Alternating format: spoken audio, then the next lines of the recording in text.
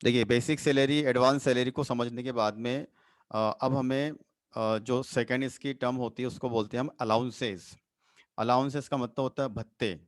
अब सबसे पहले तो आपका इसका मीनिंग समझना है। देखिए, एक एम्प्लॉयर अपने एम्प्लॉय को बेसिक सैलरी देता है और वो एक्चुअली कैश में होती है। कैश में, कैश का मतलब उसके बैंक में आएगा पेमेंट या फिर कैश में आएगा, तो उसको बोलते हैं कैश पेमेंट। इसी प्रकार क्या होता है कि ये जो अलाउंस होते हैं ये भी एम्प्लॉयर के द्वारा अपने एम्प्लॉय को कैश में ही प्रोवाइड किए जाते हैं, मनी फॉर्म में। ठीक है, कैश में ही प्रोवाइड किए जाते हैं। तो बेसिक सैलरी के अलावा एक एम्प्लॉय को अपने एम्प्लॉयर से कैश में जो पेमेंट मिलता है दूसरा, उसको बोलते हैं अलाउंसेस, भत्ते। ठीक है, अब ये अलाउंस होते क्या हैं? ये तो हमने इसका केवल मीनिंग समझे, लेकिन इसमें क्या कवर होता है? तो अलाउंस जो होते हैं वो एक एम्प्लॉयर अपने एम्प्लॉय को स्पेसिफिक पर्पस के लिए प्रोवाइड करता है। फॉर एग्जाम्पल, एक एम्प्लॉयर ने अपने किसी एम्प्लॉय को लंच के नाम से, डिनर के नाम से कुछ अलाउंस देना स्टार्ट किया। मतलब एक एम्प्लॉयर अपने एम्प्लॉय को हर महीने 2,000 रुपए का टिफिन अलाउंस देता है, लंच अलाउंस देता है, मेडिकल अलाउंस देता है। अब लंच अलाउंस का मतलब क्या है कि 2,000 रुपए, 2,000 का अमाउंट एक एम्प्लॉयर ने अपने एम्प्लॉय को दिया। अब वो जो अमाउंट एम्प्लॉय को मिला है वो उसको किस नाम से मिला? वो उसको मिला लंच अलाउंस के नाम से। इसका मतलब ये है कि जनरली वो उस अमाउंट का यूज अपने लंच, मतलब अपने जो खाने पीने की रिक्वायरमेंट है उसको पूरा करने के लिए करता है। तो इस तरह से क्या होता है इसके अंदर, अलाउंस के अंदर, कि एम्प्लॉयर अलग अलग पर्पस के लिए अपने एम्प्लॉय को कैश पेमेंट करते हैं, स्पेसिफिक पर्पस के लिए, विशिष्ट उद्देश्यों के लिए, जिसको हम क्या बोलते हैं? अलाउंस।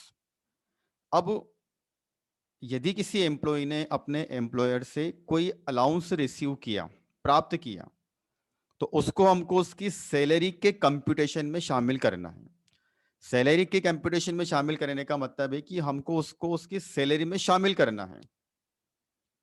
ठीक है, अब जैसे जैसे ये अमाउंट एम्प्लॉय को अपने एम्प्लॉयर से मिलते जाते हैं वैसे वैसे एम्प्लॉय की सैलरी बढ़ती जाती है। ठीक है, और सैलरी जब बढ़ती है तो जितनी सैलरी एम्प्लॉय की रहेगी उसके ऊपर उसको टैक्स देना पड़ता है। तो अलाउंस की यदि हम बात करें तो अलाउंस को इनकम टैक्स में अलग अलग कैटेगरी में डिवाइड किया हुआ है। कुछ अलाउंस, कुछ भत्ते ऐसे होते हैं जो एम्प्लॉयर अपने एम्प्लॉय को यदि देता है उस नाम से, तो वो एम्प्लॉय के लिए टैक्सेबल रहते हैं। अब आपको टैक्सेबल और एग्जम्प्ट, इन दो चीजों को भी समझना होगा। टैक्सेबल का मतलब होता है कर योग्य। मतलब यदि कोई अमाउंट एम्प्लॉय अपने एम्प्लॉयर से, कर्मचारी अपने नियोक्ता से प्राप्त करता है, तो वो अमाउंट उसके लिए टैक्सेबल है, मतलब उसको उस अमाउंट के ऊपर टैक्स देना होगा। उसको बोलते हैं टैक्सेबल अलाउंस। ठीक है, लेकिन कुछ अमाउंट ऐसे भी होते हैं, कुछ अलाउंस ऐसे भी होते हैं जो यदि एम्प्लॉयर ने अपने एम्प्लॉय को दिए, नियोक्ता ने अपने कर्मचारी को दिए, तो उसके ऊपर एम्प्लॉय को टैक्स नहीं देना होता है। तो उसका एक नाम होता है जिसको हम क्या बोलते हैं? Exempt allowance. एग्जम्प्ट का मतलब होता है कर मुक्त भत्ते, कर मुक्त अलाउंस। ठीक है, तो सबसे पहले तो हमको यहाँ पर अलाउंस का मीनिंग समझना है कि अलाउंस क्या होते हैं। उसके बाद हमको ये समझना है कि एक एम्प्लॉयर अपने एम्प्लॉय को जो अलाउंस देता है, जो भत्ते देता है, क्या वो एम्प्लॉय के लिए टैक्सेबल है, क्या वो एम्प्लॉय के लिए एग्जम्प्ट है। तो इनकम टैक्स एक्ट में इसको लेकर के कुछ प्रोविजन है। तो सबसे पहले हम यहाँ पर टैक्सेबल अलाउंस की बात करेंगे। देखिए, जब तक किसी अलाउंस को लेकर इनकम टैक्स में एग्जम्पशन को लेकर के कोई प्रावधान नहीं बताया गया हो, इसका मतलब ये कि जब तक स्पेसिफिक किसी प्रोविजन में, किसी प्रावधान में ये नहीं बताया गया है कि ये अलाउंस कर मुक्त है, तब तक हमको क्या मानना है? हर वो अलाउंस जो एक एम्प्लॉई अपने एम्प्लॉयर से प्राप्त करता है, हर वो भत्ते की राशि जो एक कर्मचारी अपने नियोक्ता से प्राप्त करता है, वो उसके लिए क्या है? टैक्सेबल है।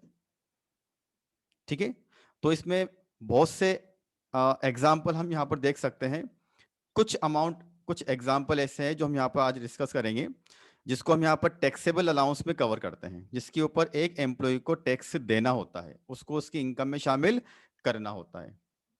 ठीक है, चलिए सबसे पहले हम स्टार्ट करेंगे इसमें यहाँ पर टैक्सेबल अलाउंस।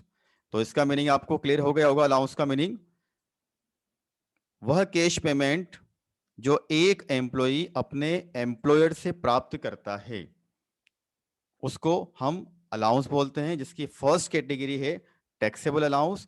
अब कुछ इलस्ट्रेशन है, कुछ एग्जांपल है यहाँ पर जो हम टैक्सेबल अलाउंस के अंदर कवर करते हैं। इनके अलावा और भी अमाउंट है जो अलग अलग नाम से एक एम्प्लॉय अपने एम्प्लॉयर से प्राप्त करता है। जैसे सबसे पहले हम बात करते हैं डीएनएस अलाउंस। इसमें कुछ अलाउंस बहुत इंपॉर्टेंट है, उसमें सबसे पहले आता है डीएनएस अलाउंस। डीएनएस अलाउंस को हम शॉर्ट में बोलते हैं डीए। डीए का मतलब होता है महंगाई भत्ता। महंगाई भत्ते को आप इस तरह समझ सकते हो कि जैसे जैसे इन्फ्लेशन बढ़ता है, जैसे जैसे महंगाई बढ़ती है, वैसे वैसे जो एम्प्लॉय है उसके जो एक्सपेंडिचर है जीवन यापन करने के, कॉस्ट ऑफ लिविंग, वो बढ़ती जाती है।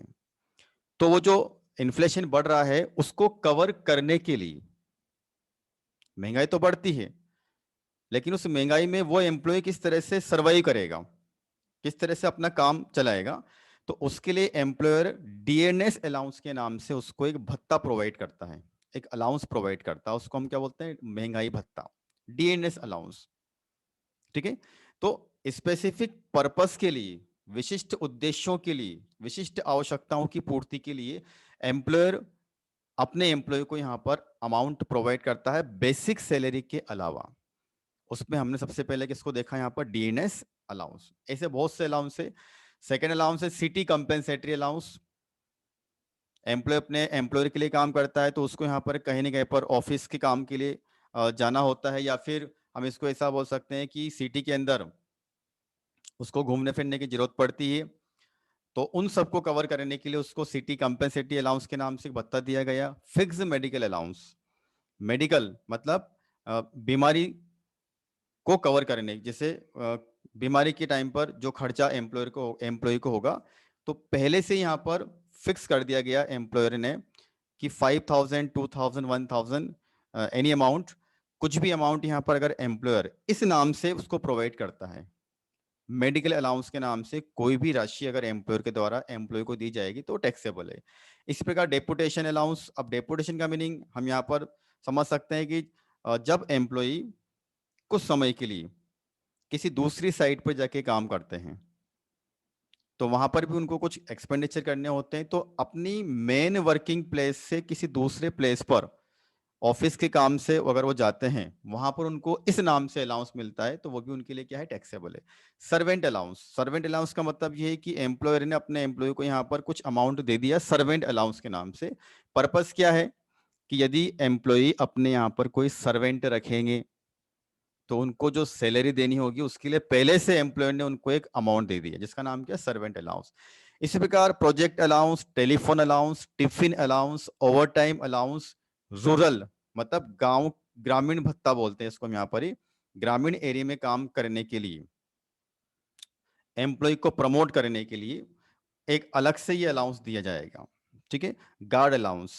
गार्ड मतलब एम्प्लॉय अपने यहाँ पर गार्ड रखते हैं, उसके लिए एम्प्लॉय ने पहले से उनको यहाँ पर एक अलाउंस प्रोवाइड किया हुआ है। इंटरिम रिलीफ को बोलते हैं अंतरिम राहत।